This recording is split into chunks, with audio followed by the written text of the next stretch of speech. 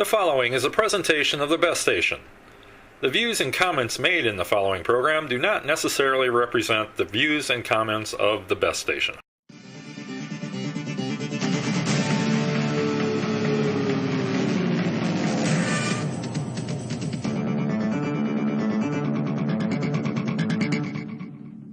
Hello, everyone, and welcome to the Comicasters, Issue 3. I'm your co-host, MC Brown. I'm Colt Hudson. And I'm Derek Ross. And we want to welcome you all to another great issue here of the Comicasters.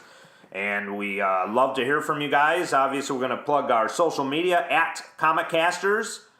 And that's on Twitter and Instagram, Facebook.com/the Comicasters, Comicasters. We can be found, all of our shows, all of our issues, mind you, on thebeststation.net. And that's under the umbrella of our good personal friend, Craig Best, Facebook.com/thebeststation. So definitely give him a shout out. Big thank yous to Craig for giving us a platform to reach all of you. And we're doing good, guys, huh? Yeah. We got a big show lined up, Issue 3. We're postponing our Magneto Testament review show. That's going to be possibly next issue or another issue down. But we have a big thing to review on today's show. And we have some social media questions first, but this show, Colt, why don't you tell them what we're going to be reviewing this show? You're actually in for a pretty big show. We all went and watched the Deadpool movie, and we're going to give you our review today, in fact. Exciting stuff, Derek.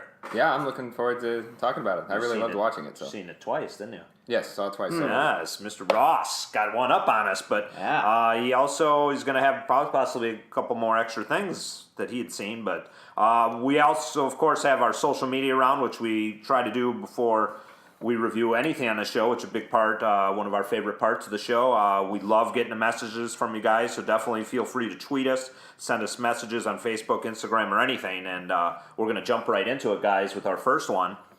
And this one is from @DiggerHarknessBoom5.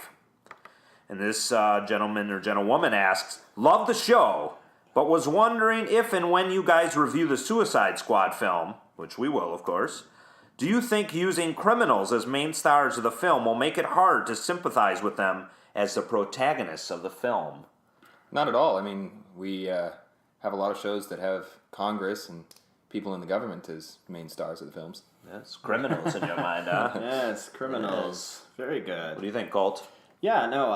Interesting question. That is, gosh, I actually have to put a little bit of thought into that one. That's actually a well thought out question. Yeah, Digger Harkness Boom 5 definitely sounds like a Boomerang fan, eh, Derek? Perhaps.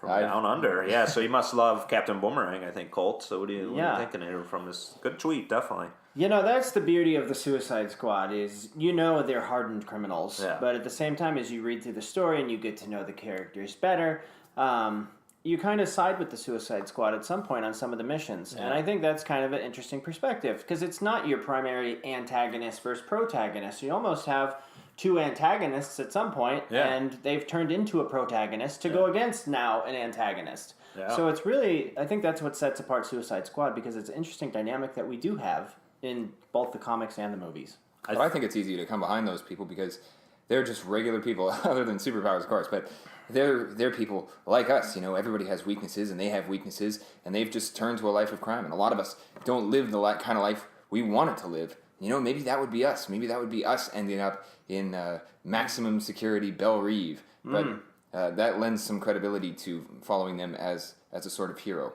It's an interesting question. I've read Suicide Squad from a long way back in the day from the John Ostrander series, and I think it really boils down, from my opinion, it boils down to how well this movie is going to be written. And the key with John Ostrander, Kim Yale, also co-wrote it for a while, his late wife, is that how well do these characters, can you relate to them, as Derek alluded to, as Colt has alluded to, but how well can you write them where you actually feel for them? Did you actually can empathize with them and actually feel them as having some redeeming qualities as victims of potentially their own superpowers or situations? And if this movie is written where they're just thugs and lowlifes and you don't care about their stories at all and they're expendable, as Amanda Waller the government liaison to the Suicide Squad, if she's just throwing out these irredeemable characters, we're not going to feel for them at all. When they get killed, we'll feel nothing. Right. So it really has to be a well-written film, and that's going to be the key, I think, to all this. At Digger Harkness Boom 5 is if it's well-written, we will care about them, especially in a name like the Suicide Squad, when inevitably some of these characters bite it in the movie. Right. So thank you, Digger Harkness. Yes, definitely. Great question. We're going to jump right into the next one here, folks. At Feminist Femazon T4 asks, hope you guys plan to review a female lead story or a movie in the future. So many good choices out there with Captain Marvel, Wonder Woman, other characters. Looks like she's mentioned as Batgirl, Black Widow. And my question to all of you is, who is your favorite female character of all? Who is your favorite female comic character of all time? And if you produced a movie with a female comic lead, who would you choose? That's a good question. Good question. You want to tackle this one first, Derek? Does Pepper Potts count? Because she's already been cast. Well, yeah, if you want to see her in a lead in a film. That would be interesting. All time. Probably not. Let's see. Superhero. Who's your favorite? Superheroine, sorry. I'd probably go with Catwoman. I think that she hasn't been played well yet. That Catwoman movie I still have not seen with Halle Berry. That's probably just fine. Yeah. You're probably not missing Stay away from that one, I heard. Anyway, moving on to subjects less painful. I don't know who I would cast for that. Actually, I had talked about that with some friends, and we never came to a solid agreement on who we would cast. But I would like to see somebody play Catwoman and really do a good job. Yeah, well, it's something to think about in future shows and suggestions. We can always revisit it. You have one in mind, Colt? You know, obviously I'm a big Harley fan, Yeah. but I think if we were going to do a movie, I would have to go with Batgirl, with Barbara Gordon. Yeah. I think, as we've talked about before, Gail Simone handled the character very well in the Batgirl series. Yeah. I think so. I think she just really understood who Barbara was. And if we had someone who understood Barbara that well to put it into a movie, I think we would see really good things that come from that. Yeah, and that would be cool to do because obviously we're going to see the fall of her kind of in the Killing Joke, which is a big plug for hopefully a future show as well. Yeah. That the animated movie Killing Joke is in production, so we're definitely look forward to that, and that's going to be definitely the story of Barbara's fall from her first go around as Batgirl. So yeah, that's a good choice choice. I think, and I put jump on you guys a little bit on this. So I had a little bit of access to this first. I think if I cheat a little bit, I think one of my all-time favorites. I agree with Derek and Catwoman, of course, and Wonder Woman. I'm looking forward to that movie. I think I'd really love to see a Birds of Prey movie, which would incorporate Batgirl as well. You'd incorporate Catwoman, could actually be in it. You have Black Canary. You have Huntress. Obviously, Barbara Gordon's there. I think you have to cast her as Oracle in that scenario, or someone in that Oracle role. But so many characters. I loved the version right before the New 52 launched. The Brightest Day version of them had Hawk and Dove even in it too. So that was a real exciting era, I think, for Birds of Prey. I'd love to see that because you got this big manly Hawk in there too with a bunch of women. So it includes nice sure he enjoys dynamic. Yeah. So and you got the female Dove. So I'd love to see something like that, especially the teen movies that do so well. Because it incorporates all those characters. Gail Simone was on that as well. Exactly. Yeah. She gets the female character, female superhero. The struggle, the internal struggle, everything they go through, man, she gets it so well. Yeah, so Gail, if you're listening, definitely, start pitching that Birds of Prey movie. We're looking for it, So we're going to get finally to our third final direct message on Twitter. This is from Assassin Need X. Okay, dudes, who would win in a fight, Deadshot or Deathstroke? I'm going to go with Deathstroke. In a minute. Deathstroke, and why? Deathstroke is a mastermind. He plans things out. He's like a chess player, plans things out 10, 15, 20 moves ahead. And while Deadshot is a great fighter, he operates more on emotion than Deathstroke does. Deathstroke tends to keep himself very distant, and while that, of course, messes with his ability to keep family in place, it definitely lends itself to cold, calculating reliability. And so he would probably be able to plan his way into a place where he wouldn't have to have a shootout with assuming this is a long-term battle, he would never have to have a shootout with Deadshot. He could just come up behind him while he's sleeping and stab him.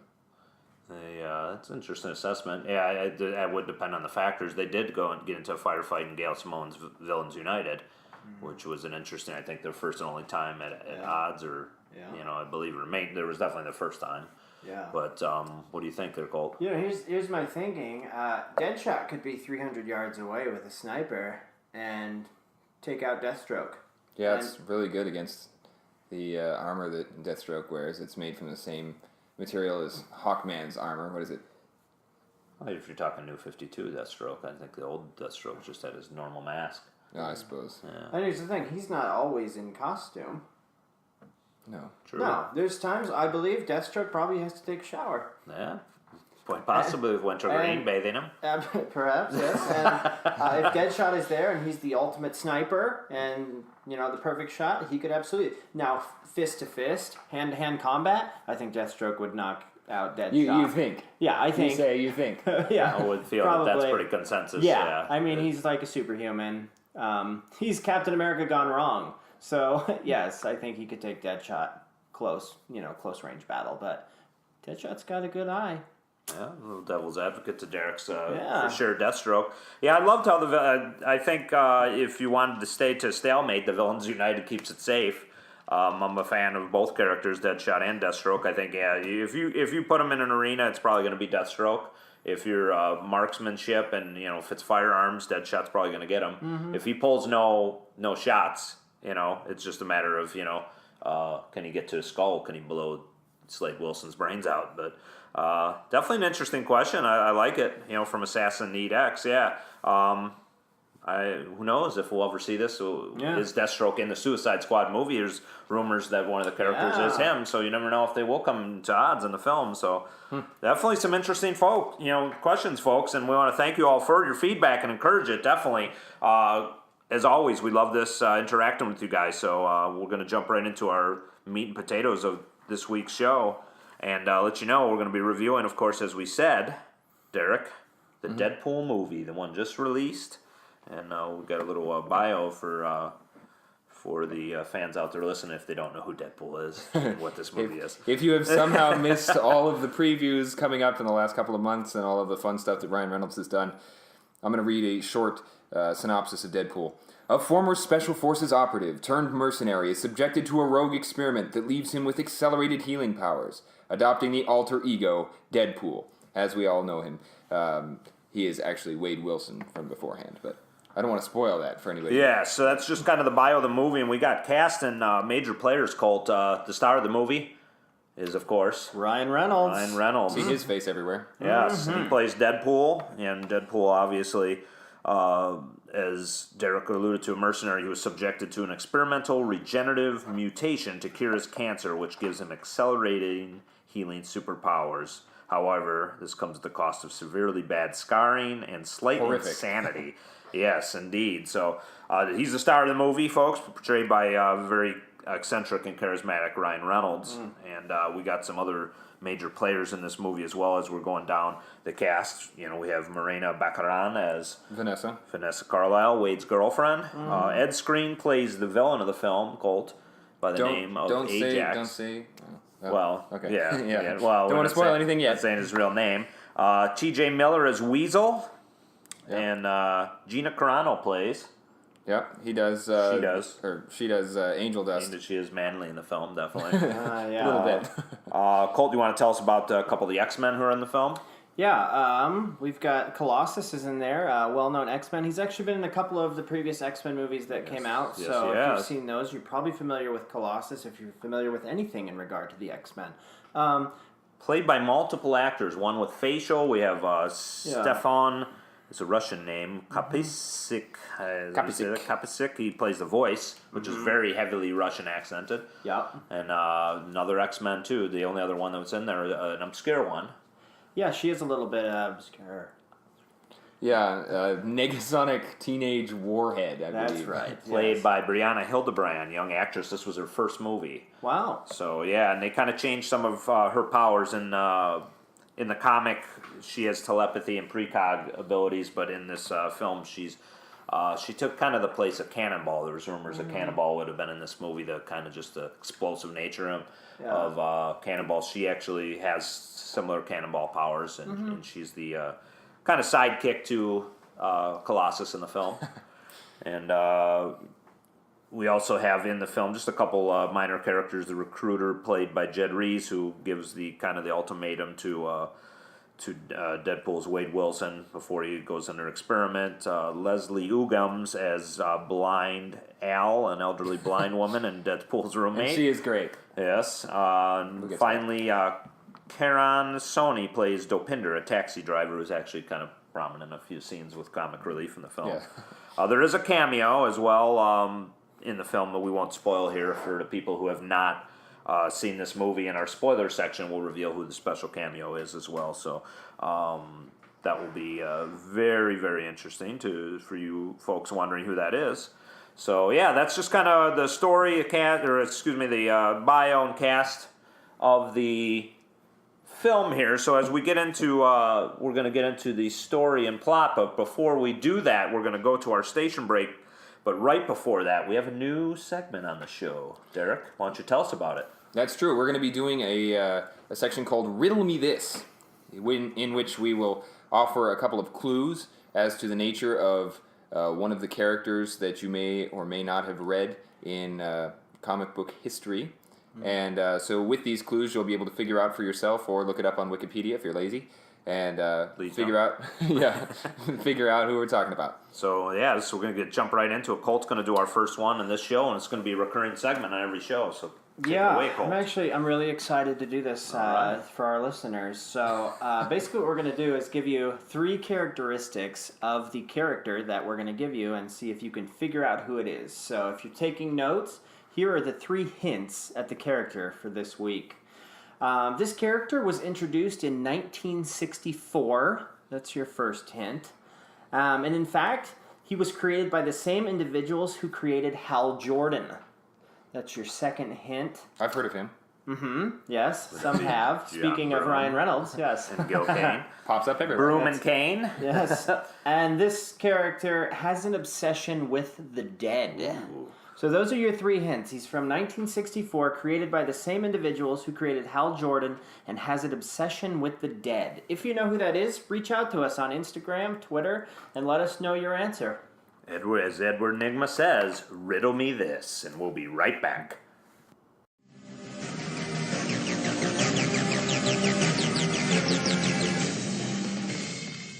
You're listening to thebeststation.net, home of the best station, the best music, for the best audience. Now featuring the best podcasts for the best audience. With such podcasts as The Fast Pitch, starring MC Brown and Dr. Eric Lenneberg, covering any and all related MLB news and current events.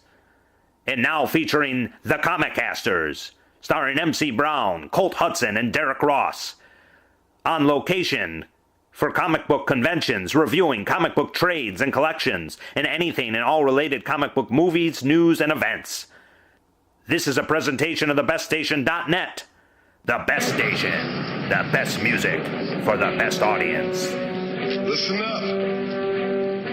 This is Darren. He's the newest member of the league. Whoa, hold up. What can he do? Can he fly? No, he cannot fly. You got superhuman strength, though, right? Yeah, I mean, come on, man. You got to be able to do something. Levitate, go through walls, turn into vapors or something. I can do one thing. Well, let's see it, man.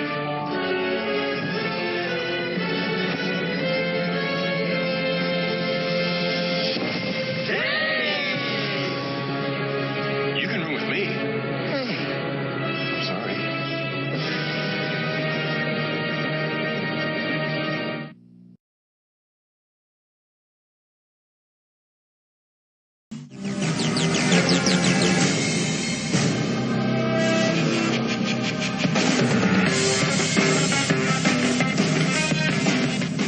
And we are back with the Comicasters, issue 3.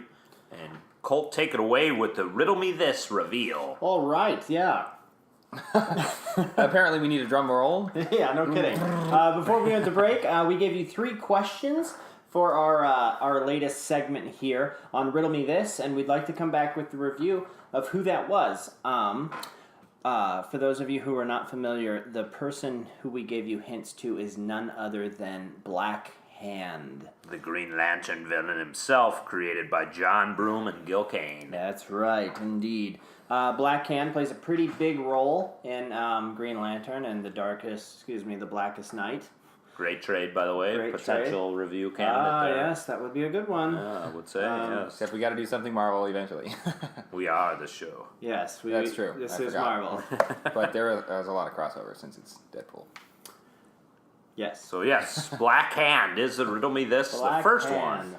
So we're going to jump right into this. We got some good stuff here. We're obviously reviewing the Deadpool movie here.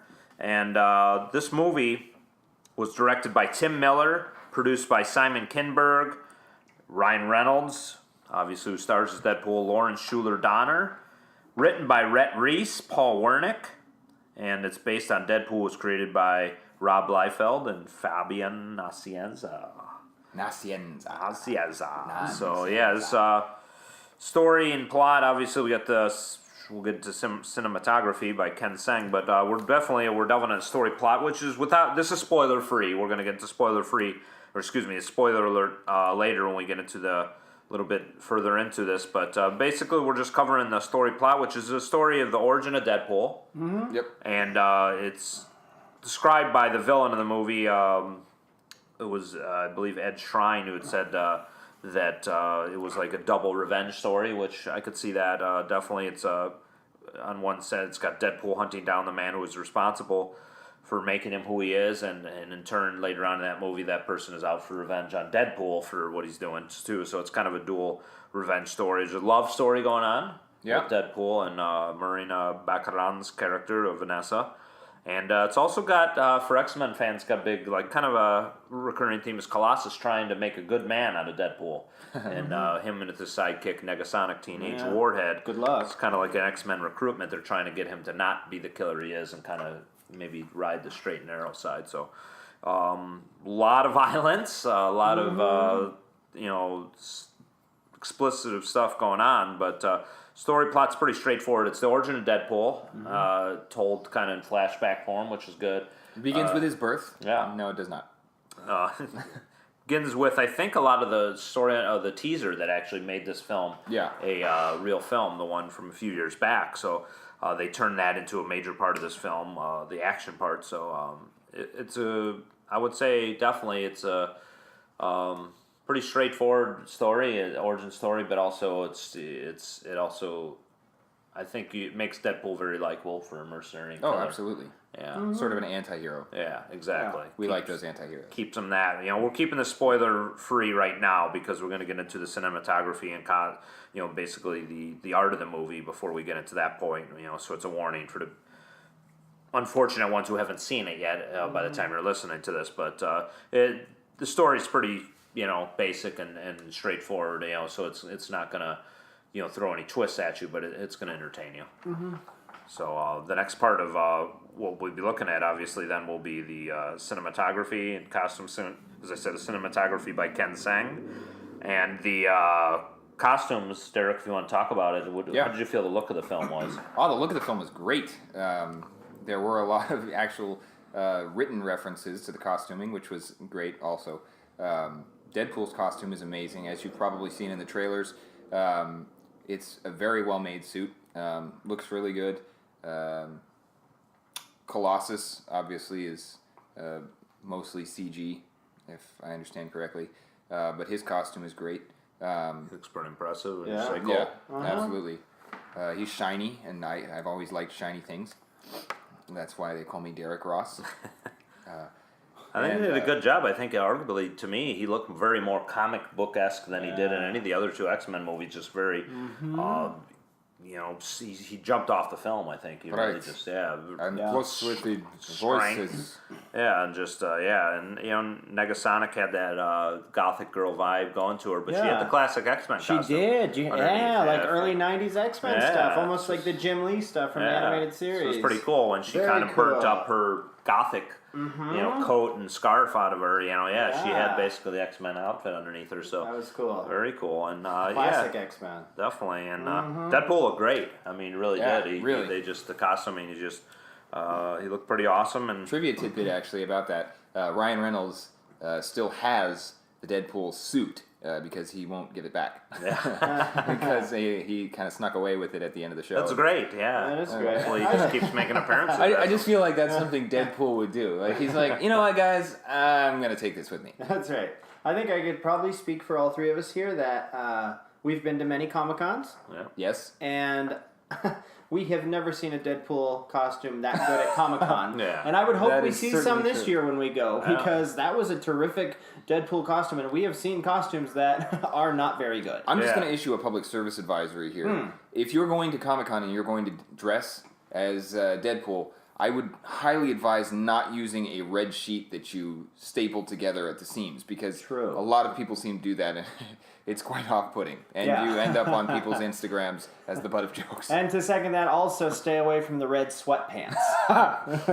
Spandex is very tight-fitting, by the way, so, if you are going to wear it, just remember it's not going to probably do your physique any favors as well. Spandex is not created equal. Yes, so that might be a problem for some people, too, just as a warning. I mean, some people may not care, but your Deadpool is not going to look as well if he's not. You don't want your Deadpool pooling over into the rest of the Comic-Con, if that's what you hear us saying. But so just to use an example, like Batman, I think in the upcoming Dawn of Justice really looks more the most comic book-esque he ever has. Yeah. Where in all the other films, he's got his own unique film look. I'm not a fan personally, but Deadpool looks like he's really just taken from a comic book, and just placed in this movie. And it's you could see kind of the Kevlar and stuff in there, but basically it's pretty comic accurate. So the movie was definitely did justice by him, unlike our Wolverine movie that butchered him.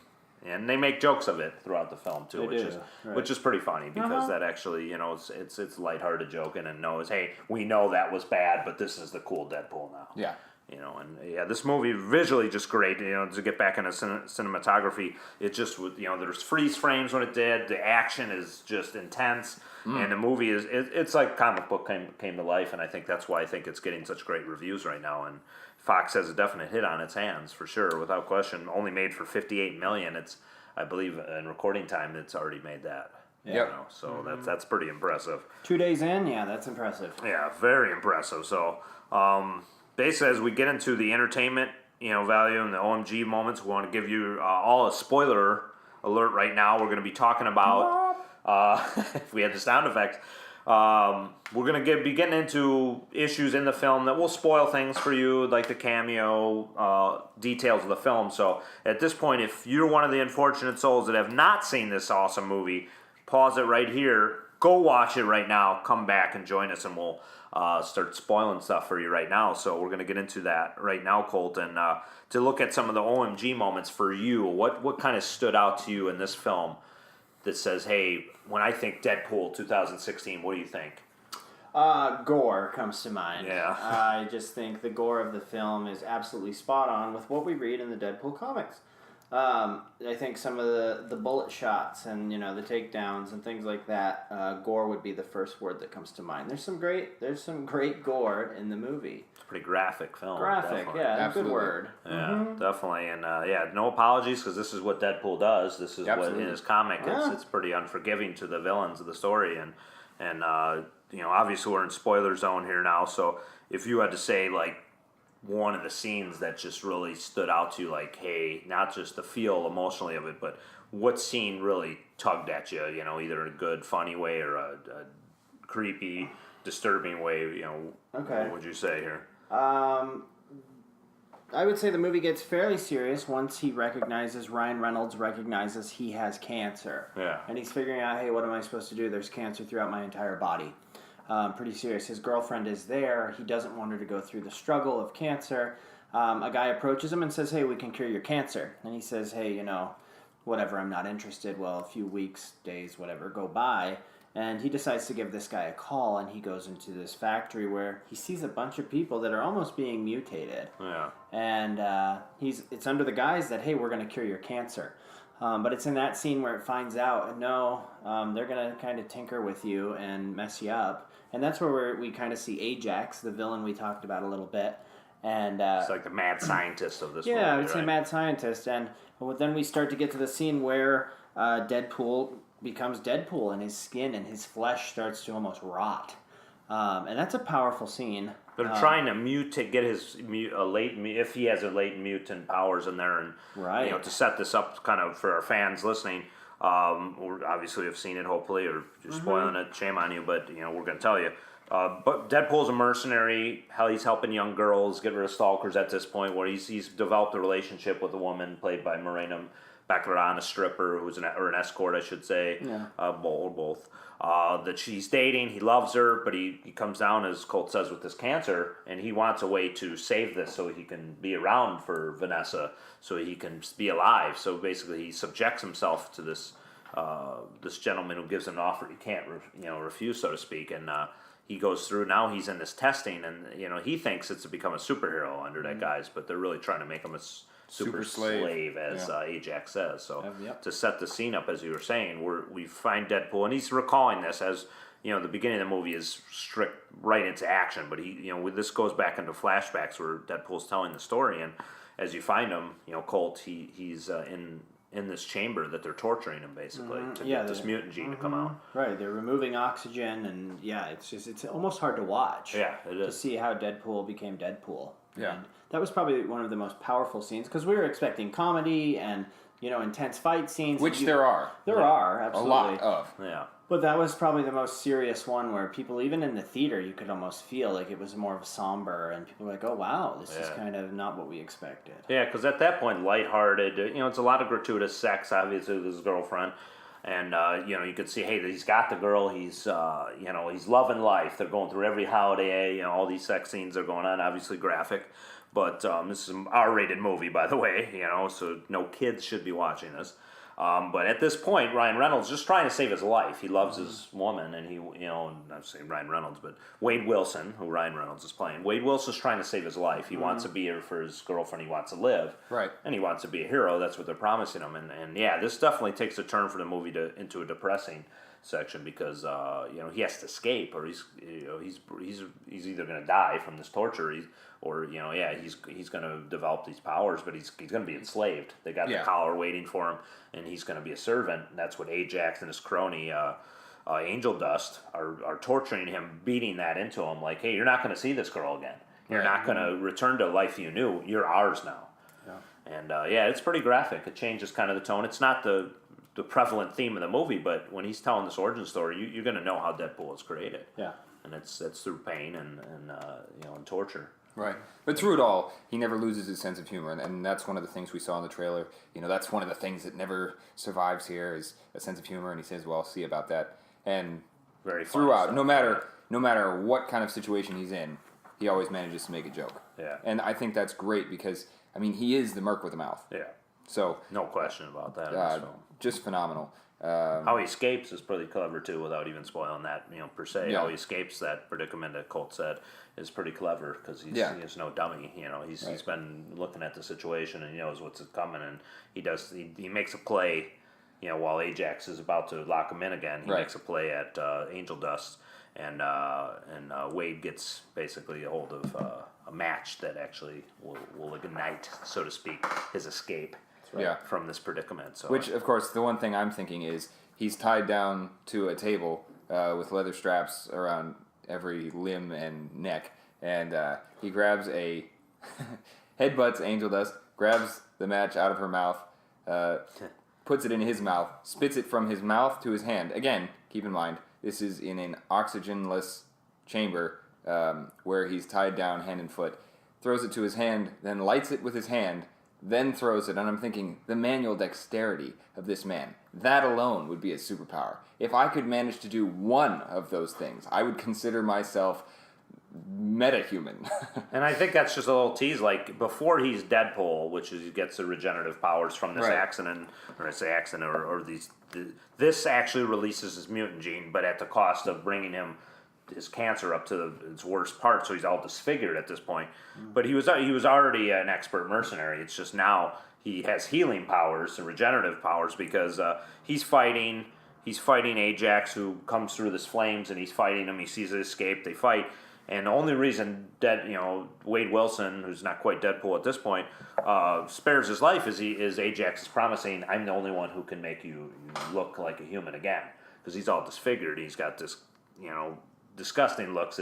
Anybody knows Deadpool's true nature underneath the mask is he's deformed, he's grotesque, and he hesitates, and that's what basically would have been his downfall without his regenerative abilities, because at that point, as we're spoiling it, Ajax seemingly kills Deadpool at this point, or Wade Wilson, and leaves him for dead. He thinks he's dead. So, at that point, obviously, those of us at this point who have watched the film know that's not the case. He finds out himself when he's feeling his stomach. It's like, I'm not dead. Yeah. And that kind of starts the string where, now he's gross disfigured. He can't go back to Vanessa. He's too scared. But he wants answers. He wants to find this Ajax. And that spins the movie into a lot of funny but violent, chase where Wade Wilson, who's at this point interacting with, I think we didn't mention Weasel, the character that T.J. Wilson plays, but Weasel is actually his buddy from the mercenary bar, and his buddy who's, you see in the trailers making the jokes about his thing. So Weasel is, he goes to Weasel, he comes up with the name Deadpool, names himself, not Captain, but regular Deadpool, and he goes off searching for Ajax. And during this time, basically, it goes back to the beginning of the film where, he is battling Ajax and his men, and that's before the flashback of his origin. And you encounter Colossus and Negasonic Teenage Warhead for the first time, and those are two X-Men that are in this film. Right. And, again, Deadpool, as he's in this chase, he's searching for this Ajax character, but in the meantime, Ajax starts to get pissed off. Like, I'm searching. He wants revenge on him, and that's kind of that's where it gets into the double revenge story of this. Right, and this is all through flashbacks too, yes. Which is quite well done in the cinematography of it. I think it lines up the story very well. It keeps it from getting too, I want to say origin-y is not a word, but keeps it to like, hey, we're not slowing it down. The movie flashes back from present time to the flashbacks with Deadpool, but just looking at keeps your attention. Yeah, and just so many graphic things, like to just look at some OMG moments when Deadpool's battling, the other assassins. At one point, he kicks the head off of one assassin into another. Yeah, shoots 5 of them with one bullet, and just real gratuitous violence. But I don't say we'd be laughing at that, but it's just so absurd. It's it's done in a very comic bookish way. Yeah, even the gratuitous sex scenes with Vanessa earlier on, which is another things that really are eye opening in the film, are done in a comedic way. So anything that should be like, hey, this is a lot of TNA, this is a lot of violence. Knowing Deadpool's tone, it's a comedic element of the movie that keeps it lighthearted. We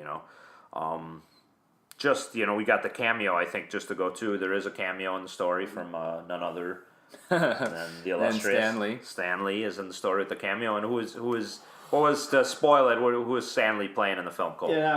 So we get to a cutscene and we're in a strip club, and we look and we say, gosh, who's playing the music in the strip club? And sure enough, it's not Derek Ross, it's Stan Lee. Stan Lee. DJ in the strip club. Makes a lot of sense. Sure. He's basically a sex symbol. There's a rumor that Rob Liefeld, the main creator with Fabian Nicieza of Deadpool, is also in that scene. Going to be honest right here, I did not notice Rob, and he's pretty noticeable, but I missed him. Second time I'll view it, I'll have to look again. But in that scene, I believe Rob must be a patron. I don't know. But to set that scene up, because we obviously we want to follow the film, at that point, T.J. Wilson's character, the Weasel character, was visited by Ajax and his crony Angel Dust, the ones who tortured Wade Wilson, who's now Deadpool at this point. This is present day. They go to this bar looking for Deadpool, and at this point, they find the picture on the back of the wall, and they see that Wade Wilson is also in this picture as his alter ego with the Vanessa character, and they basically find out who his love interest is. They see he loves this character. They go after her. He calls Wade, who's Deadpool, obviously Deadpool, and Weasel go after her. They know where she's at the strip club. He's been as Deadpool says, he's been stalking her. Yeah. But unfortunately, due to his own fears of facing Vanessa, Ajax and Angel Dust get to Vanessa first, and that sets up kind of the climax, the big fight. They kidnap, and they have her, trapped and stuff, and it's bait. So Deadpool, rather than rush right in, he actually comes in and recruits Colossus and Negasonic Teenage Warhead, and that leads to the battle with the villains, and that, for me, is one of the more intense. Like, when Colossus battling Angel Dust, he's kind of the chivalrous X-Men, but... I would not like to hurt a woman. Yeah, exactly, and she brings it to him, and he starts to get pissed and brings it back. And that's one intense, when he's pounding away on Angel. Angel Dust is tough as nails character with her strength as well. Big, played by Gina Carano. She's big, beefed up, girl, and she's going to town with Colossus, and basically, that's a pretty heavy scene. That's a big battle scene while Deadpool himself is battling Ajax in the climatic part of the film. So a lot of action. This movie is graphic, not for kids for sure, violent, full of action, and it's just if you want a comic book come to life in the spirit of Deadpool, this brings it without question. To put it together, before we go to our final station break.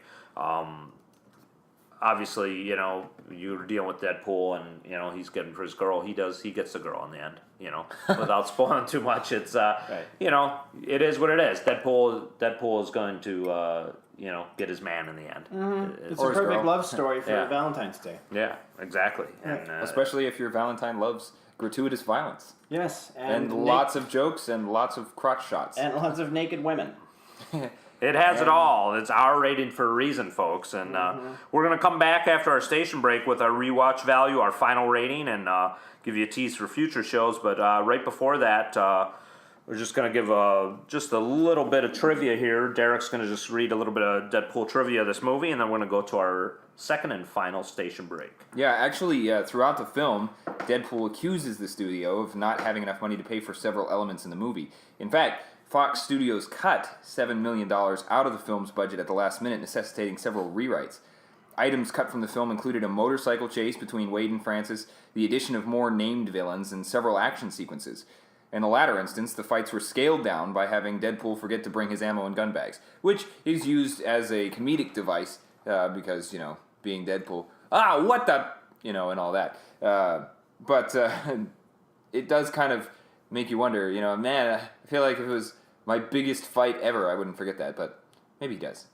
Maybe they use this comedic gag well, so. Yeah, so we're going to go to our final station break, and we'll be back to wrap it all up with our final rating. Go on, get your best station on. Crackle and pop.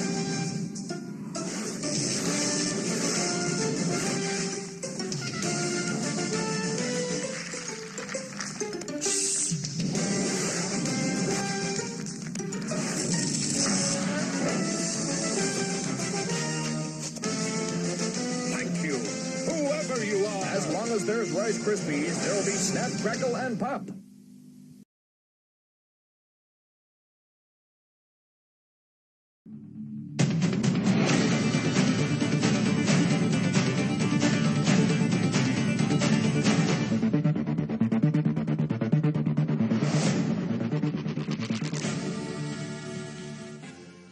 And we are back on the Comicasters, and just to let you all know, we're going to be giving our rewatch value, which will be basically some final thoughts on the film.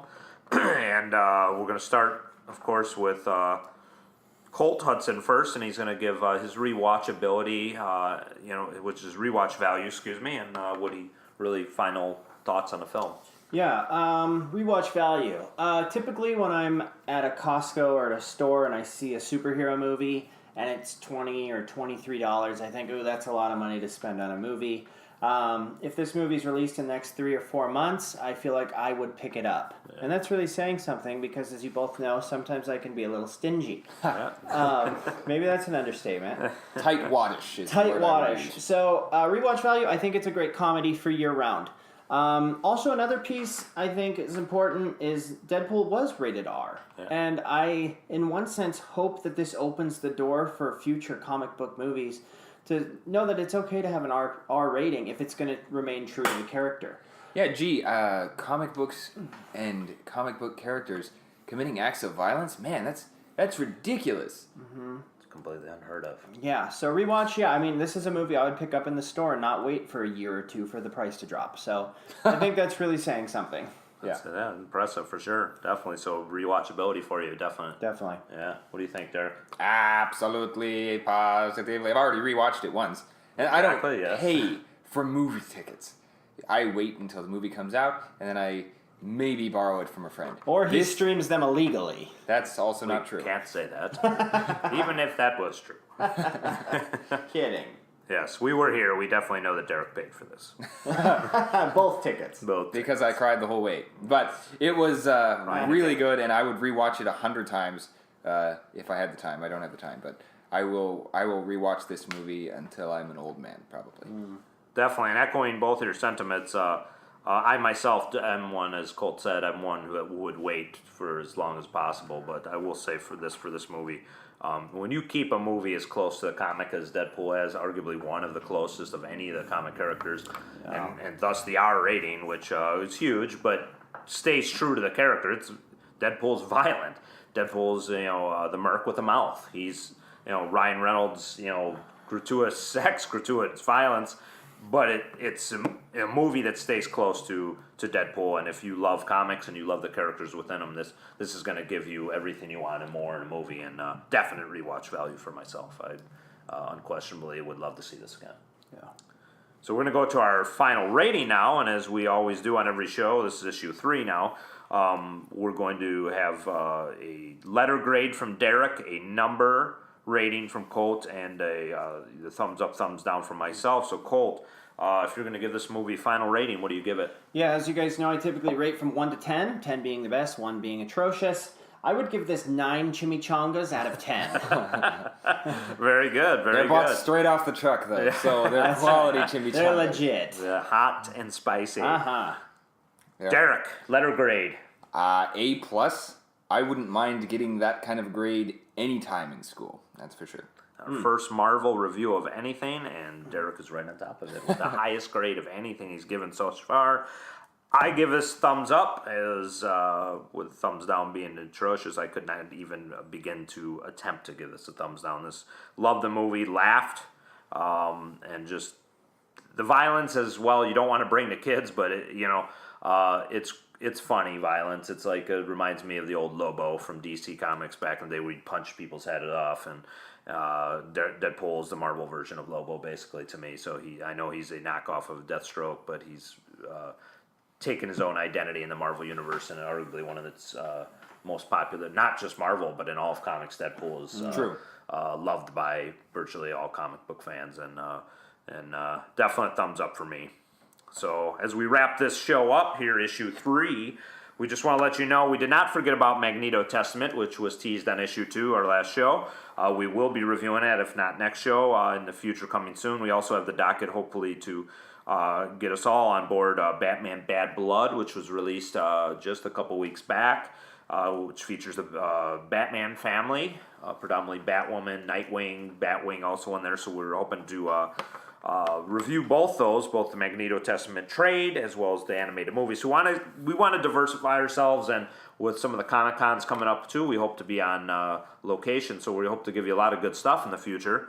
And we want to again mention that we can be reached on Twitter and Instagram at Comicasters, Facebook.com/Comicasters, as well as go to thebeststation.net, where all of our shows can be found and archived. Facebook.com/thebeststation, which you can also give feedback, and personally thank Craig Best for us, our wonderful producer who has allowed this platform for us, and give us some feedback on Deadpool. We want to hear what you guys think. If there's some questions that you want to ask us about Deadpool, or just, hey, let us know, hey, you loved the movie? Do you think our reviews were off? Or just anything in general. We loved our social feedback at the beginning of the show, and just anything, thought-provoking questions for sure. We want to hear from you guys, so definitely drop us a line, and we're going to keep pumping these out. This is our 3rd issue, and already we're hopefully rolling for some more. Yeah. So we're going to wrap it up for this shows. For myself, MC Brown. Me, Derek Ross. And I'm Colt Hudson. This has been Comicasters issue 3. The Comicasters team would like to thank Craig Best at thebeststation.net, home of the best station, the best music for the best audience, now featuring the best podcasts for the best audience. Without the help of the best station, we would simply not be the best. Comicasters would like to thank Craig Best and the best